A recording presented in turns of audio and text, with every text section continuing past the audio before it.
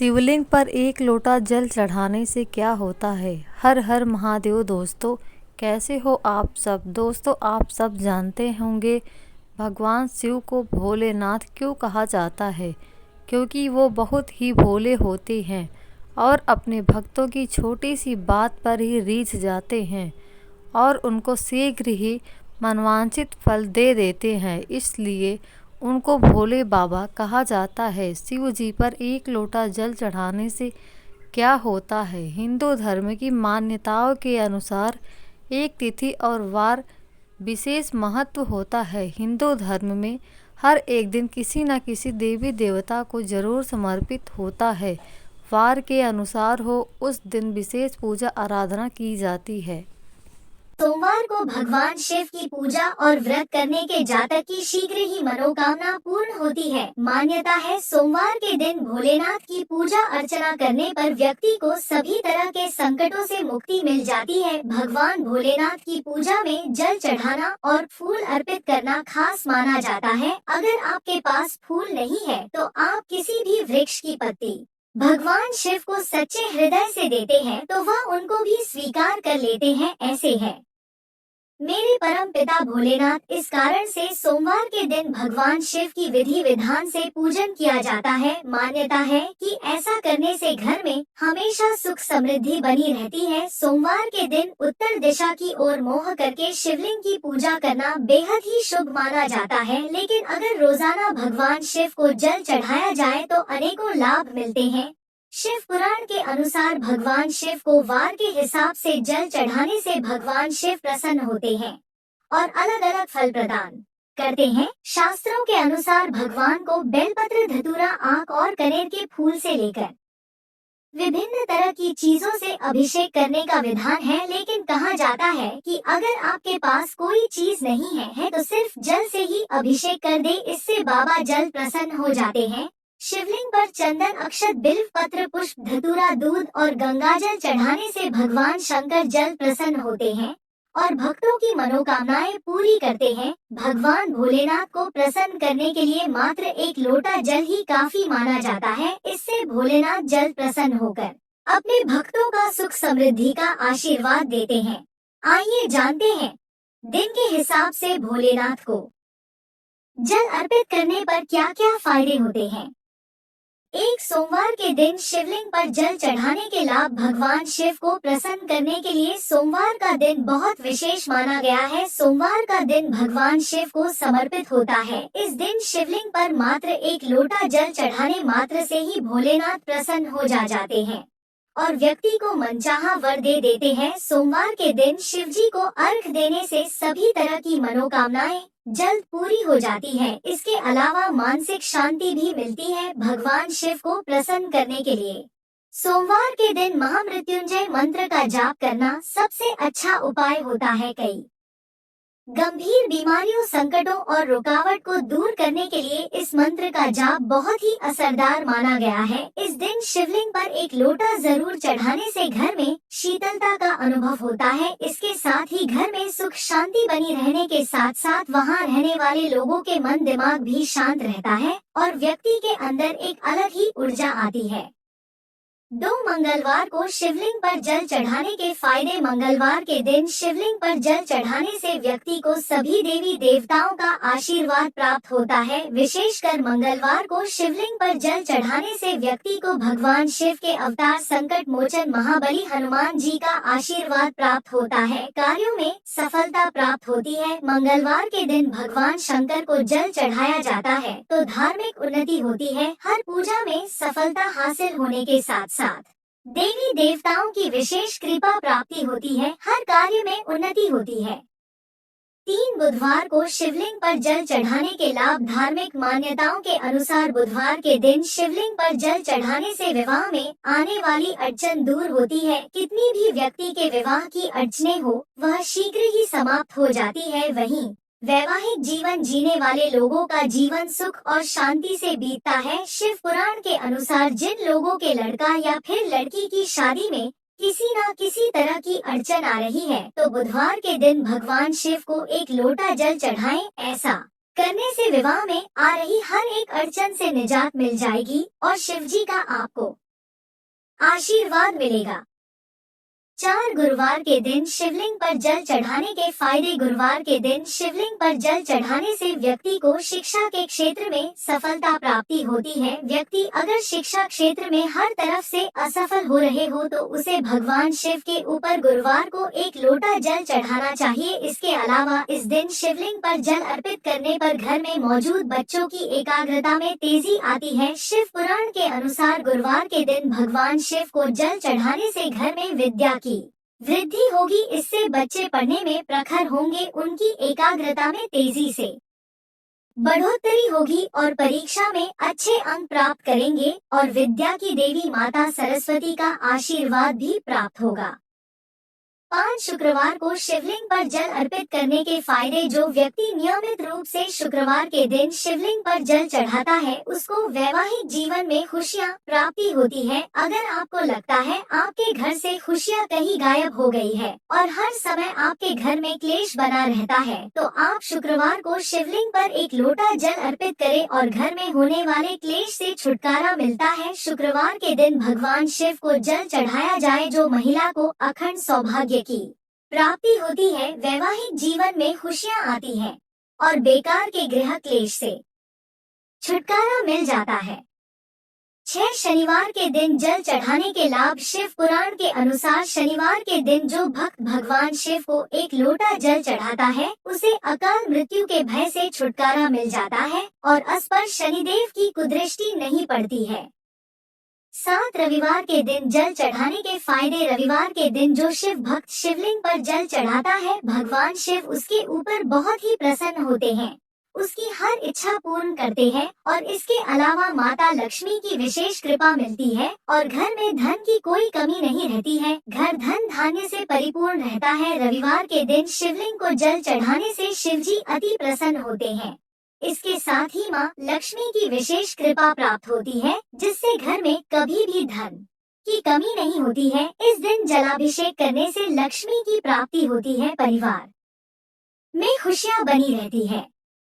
8 ऐसी मान्यता है कि यदि कोई पारद का शिवलिंग बनाता है और उसकी पूजा प्रतिदिन करता है, वह रोजाना जल चढ़ाता है तो उसे धन और संपदा की प्राप्ति होती है। यदि आप काफी गरीब हैं, आपके बिजनेस नहीं चल रहे हैं तो पारद के बने शिवलिंग की पूजा करें और उसके ऊपर जल चढ़ाएं। दोस्तों, शिवलिंग पर जल चढ़ाना आपके दिमाग को शीतल करने का कार्य करता है। यह आपके नेगेटिव भावों को नष्ट कर देता है। इसी प्रकार की एक कथा आती है कि जब शिव ने विषपान किया तो उनका मस्तक गर्म हो गया था, तो उसके बाद देवताओं ने उनके ऊपर जल डालकर उनको शीतल किया था। इस प्रकार से शिवलिंग पर जल डालना आपको और अधिक अच्छा बनाता है। यदि आप रोजाना शिवलिंग पर जल चढ़ाने के लिए जाते हो तो आपका मन शांत होता है, विचारों की मलिन भी दूर होती है। मन के अंदर जो खराब चीजें मौजूद होती है वे धीरे धीरे करके नष्ट होने लग जाती है और उसके स्थान पर अच्छे और पवित्र विचार आने लग जाते हैं। यदि आप चाहते हैं कि आपके विचारों की गदन दूर हो जाए तो शिवलिंग पर रोजाना एक लोटा जल सुबह सुबह चढ़ाएं। 9 यदि आपको समाज और परिवार के अंदर मान सम्मान नहीं मिल रहा है तो आप शिवलिंग पर जल चढ़ा सकते हैं। यह मान सम्मान को देता है जिसके बाद सभी लोग आपको आदर से देखने लगेंगे। शिवलिंग पर प्रतिदिन जल चढ़ाना इसलिए भी फायदेमंद होता है, भगवान शिव को प्रसन्न करने के लिए भी शिवलिंग पर जल चढ़ाया जाता है। आमतौर पर भगवान के भगत शिव मंदिर में जाते हैं और उसके बाद वहां पर शिवलिंग पर जल चढ़ाते हैं ताकि भोलेनाथ प्रसन्न हो और उनको आशीर्वाद प्रदान करें।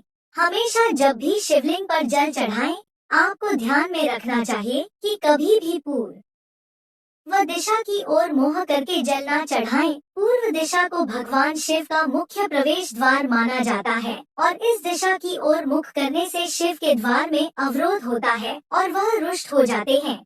हमेशा उत्तर दिशा की ओर मुंह करके जल चढ़ाएं क्योंकि उत्तर दिशा को शिव जी का बाया अंग माना जाता है जो माता पार्वती को समर्पित है। इस दिशा की ओर मुंह करके जल अर्पित करने से भगवान शिव और माता पार्वती दोनों की कृपा दृष्टि प्राप्त होती है। 10 शिवलिंग पर जल चढ़ाने से शारीरिक और मानसिक पाप नष्ट हो जाते हैं। यदि आप अपने शारीरिक और मानसिक पाप को नष्ट करना चाहते हैं तो रोजाना शिवलिंग के ऊपर जल चढ़ाएं। जरा यदि आप सोने के शिवलिंग पर जल चढ़ाते हैं तो यह काफी फायदेमंद होता है। यह मुक्ति प्रदान करता है, समस्त दुखों को दूर करके यह परम कल्याण को प्रदान करता है। यदि आप शिवलिंग पर जल चढ़ाते हैं तो यह आपके मन को भी शांत करने का कार्य करता है। जल चढ़ाने के लिए आपको रोजाना मंदिर के अंदर जाना होता है और मंदिर के अंदर जाने से मन को शांति मिलती है। कुछ लोगों के मन में बड़ी उथल पुथल मची होती है। मन को शांत और एकाग्र करने के लिए शिवलिंग के ऊपर जल चढ़ाना बहुत ही उपयोगी है। आप 30 दिन तक लगातार शिवलिंग पर जल चढ़ाएं। ऐसा करने से आपके मन की एकाग्रता में बढ़ोतरी होगी।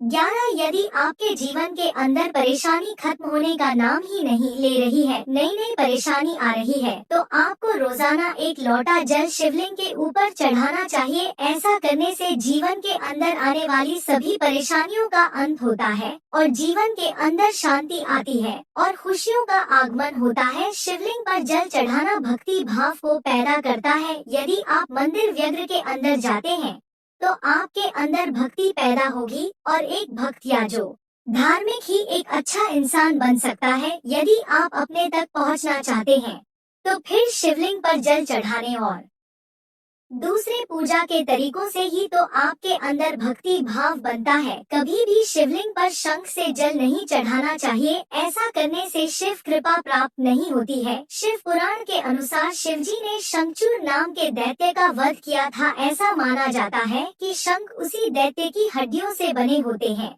इसलिए शिवलिंग पर शंख से जल नहीं चढ़ाना चाहिए। 12 हमेशा शिवलिंग पर जल अर्पित करते समय ध्यान रखें कि बैठकर ही जल अर्पित करें। यहाँ तक कि रुद्राभिषेक करते समय भी खड़े नहीं होना चाहिए। पुराणों के अनुसार खड़े होकर शिवलिंग पर जल चढ़ाने से यह शिव जी को समर्पित नहीं होता है और इसका पुण्य प्राप्त नहीं होता है। कभी भी शिव पर तेजी से जल नहीं चढ़ाना चाहिए। शास्त्रों में भी बताया गया है कि शिव जी को जल धारा अत्यंत प्रिय है, इसलिए जल चढ़ाते समय ध्यान रखें कि जल के पात्र से धार बनाते हुए धीरे से जल अर्पित करें।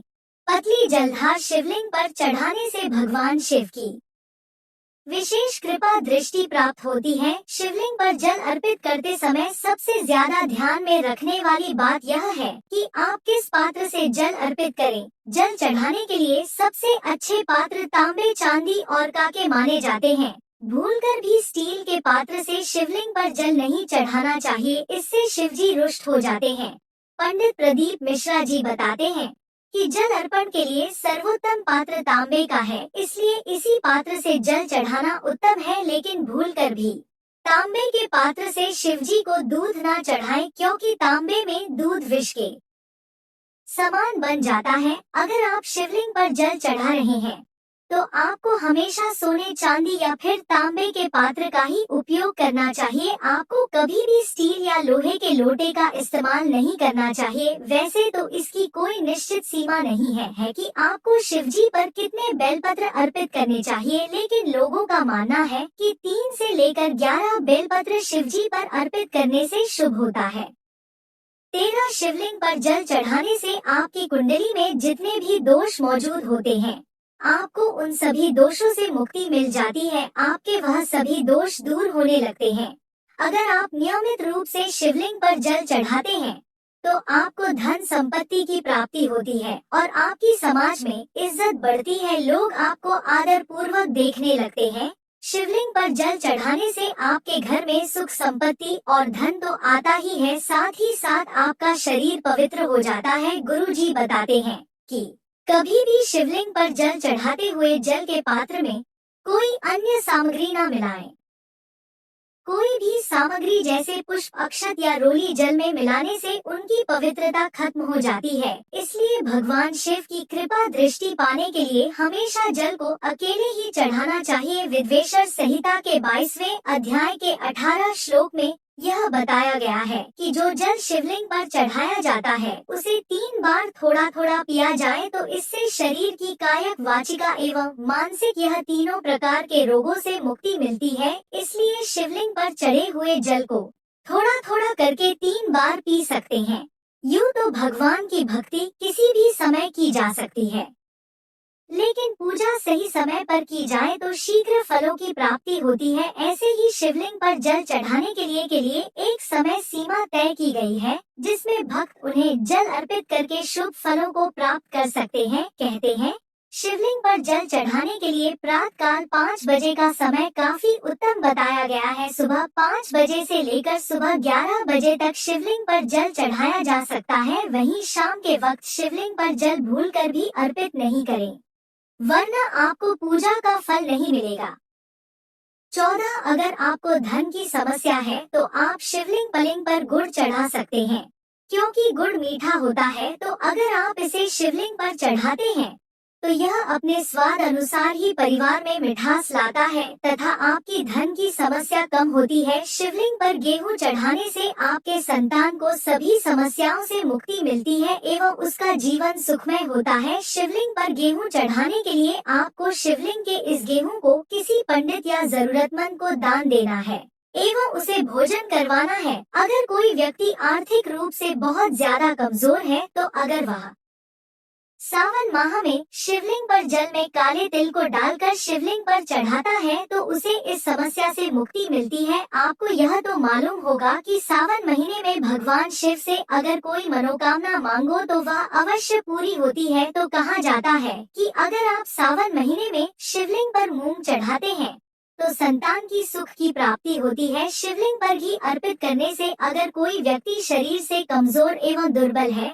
और अगर वह शिवलिंग पर सावन महीने में देसी गाय का शुद्ध घी चढ़ाता है तो उसे अपने दुर्बल शरीर से मुक्ति मिलती है और उसका शरीर हष्ट पुष्ट बनता है। कहा जाता है कि भगवान शिव को केसर बहुत ज्यादा पसंद है। तो अगर आप सोमवार को शिवलिंग पर केसर वाला दूध चढ़ाते हैं तो इससे आपकी सारी मनोकामनाएं पूर्ण होती हैं एवं आपकी विवाह से संबंधित जो भी समस्या है वह भी समाप्त हो जाती है।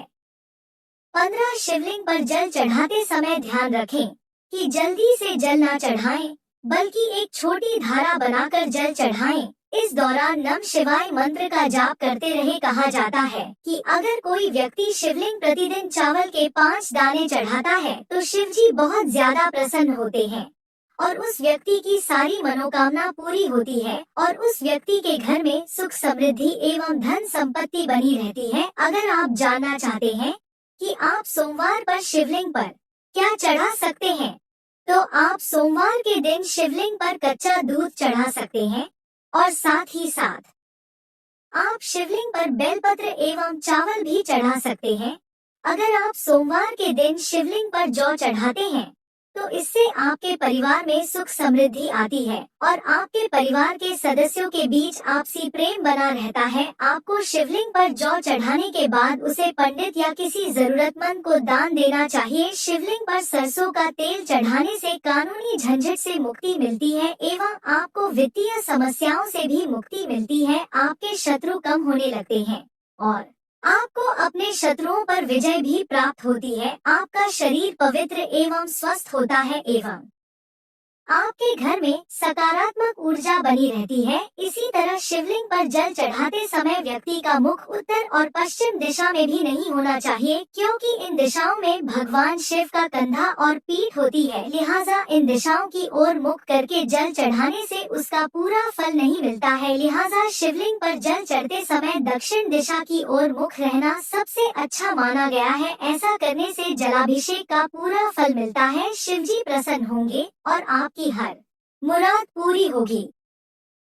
16 शिवलिंग पर कच्चे चावल चढ़ाने से धन संपत्ति की प्राप्ति होती है। तिल चढ़ाने से समस्त पापों का नाश होता है। शिवलिंग पर जौ चढ़ाने से लंबे समय से चली रही परेशानी दूर होती है। शिवलिंग पर गेहूं चढ़ाने से सुयोग्य पुत्र की प्राप्ति होती है। शिवलिंग पर जल चढ़ाने से परिवार के किसी सदस्य का तेज बुखार कम हो जाने की मान्यता है। शिवलिंग पर दूध में चीनी मिलाकर चढ़ाने से बच्चों का मस्तिष्क तेज होता है। शिवलिंग पर गन्ने का रस चढ़ाने से सभी सांसारिक सुखों की प्राप्ति होती है। शिवलिंग पर गंगा जल चढ़ाने से मनुष्य को भौतिक सुखों के साथ साथ मोक्ष की प्राप्ति भी होती है। शिवलिंग पर शहद अर्पित करने से टीबी या मधुमेह की समस्या में राहत मिलती है। शिवलिंग पर गाय के दूध से बना शुद्ध देसी घी चढ़ाने से शारीरिक दुर्बलता से मुक्ति मिलती है। शिवलिंग पर आंकड़े के फूल चढ़ाने से सांसारिक बाधाओं से मुक्ति मिलती है और मोक्ष की प्राप्ति होती है। शिवलिंग पर शमी के पेड़ के पत्तों को चढ़ाने से सभी तरह के दोखन से मुक्ति प्राप्त होती है। जल से रुद्राभिषेक करने पर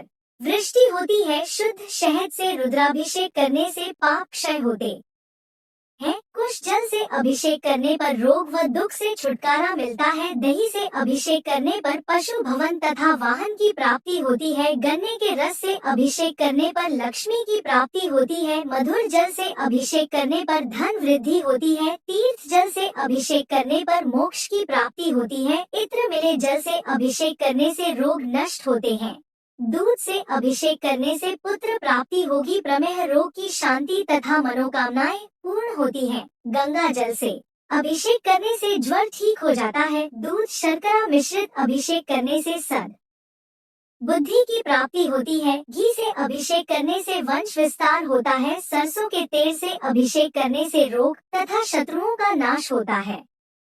17 बृहस्पतिवार के दिन घर में कोई भी पीली वस्तु पहनना शुरू कर दे। बृहस्पतिवार के दिन घर में कोई पीली वस्तु पहनना व पीला फल खाना शुरू कर दे और हरी वस्तु से दूरी बना ले। वही बुधवार के दिन हरी वस्तु खानी चाहिए लेकिन पीली वस्तु से दूरी बनानी चाहिए। ऐसा करने से घर में सुख व शांति और समृद्धि बढ़ती है और खुशियाँ आती है। वह परेशानियाँ दूर होती है। घर में मिश्री युक्त खीर बनाकर खाए। महीने में एक बार किसी भी दिन घर में मिश्री युक्त खीर जरूर बनानी चाहिए और फिर उसको परिवार को एक साथ इकट्ठा होकर खाना चाहिए। सबसे पहले खीर घर की सबसे बुजुर्ग महिला को दे। ऐसा करने से माँ लक्ष्मी की जल्दी कृपा होती है और घर में खुशियाँ बढ़ती है। रात में सोने से पहले रसोई घर में बाल्टी में पानी भरकर रख दे। इससे कर से शीघ्र मुक्ति मिलती है और यदि बाथरूम में बाल्टी भरकर रखेंगे तो जीवन में उन्नति के मार्ग में बाधा नहीं आएगी और घर खुशियाँ आने लगेगी। घर का मुख्य द्वार पूर्व या उत्तरी दिशा में होना चाहिए क्योंकि इससे घर में खुशियाँ लाने वाली सकारात्मक ऊर्जा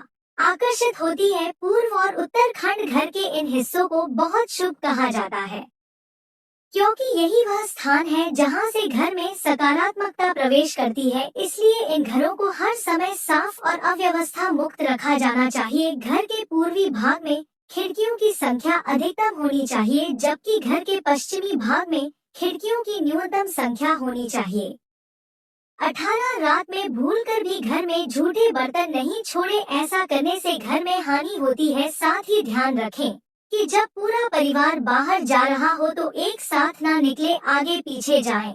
इससे यश की वृद्धि होती है। समाज में आपका मान सम्मान बढ़ता है और खुशियाँ भी बनी रहती है। सूर्यास्त के समय किसी को भी दूध दही या प्याज मांगने पर भी नहीं दे। इससे घर की बरकत खत्म हो जाती है और खुशियाँ छीन होने लगती है। और साथ ही कभी भी घर की छत पर अनाज या बिस्तर ना धोए लेकिन आप इनको सुखा सकते हैं। रसोई घर का निर्माण दक्षिण पूर्व दिशा में होनी चाहिए क्योंकि इससे परिवार के स्वास्थ्य और सुख में वृद्धि होती है। ब्रह्म स्थान केंद्र घर के केंद्र में कोई फर्नीचर नहीं होना चाहिए। यह सबसे शक्तिशाली और सकारात्मक रूप से चार्ज किया गया क्षेत्र है जो इस स्थान के संपर्क में आने वाले व्यक्ति की सकारात्मक ऊर्जा को बढ़ा सकता है। और घर में कमाने वाले और परिवार के मुखिया को एक शयन कक्ष अलग होना चाहिए जो दक्षिण पश्चिम दिशा में हो ताकि उसे परिवार पर नियंत्रण रखने और उनके कल्याण के बारे में उचित निर्णय लेने में मदद मिल सके। प्रिय दोस्तों, आज के वीडियो में बस इतना ही। हमारे द्वारा दी गई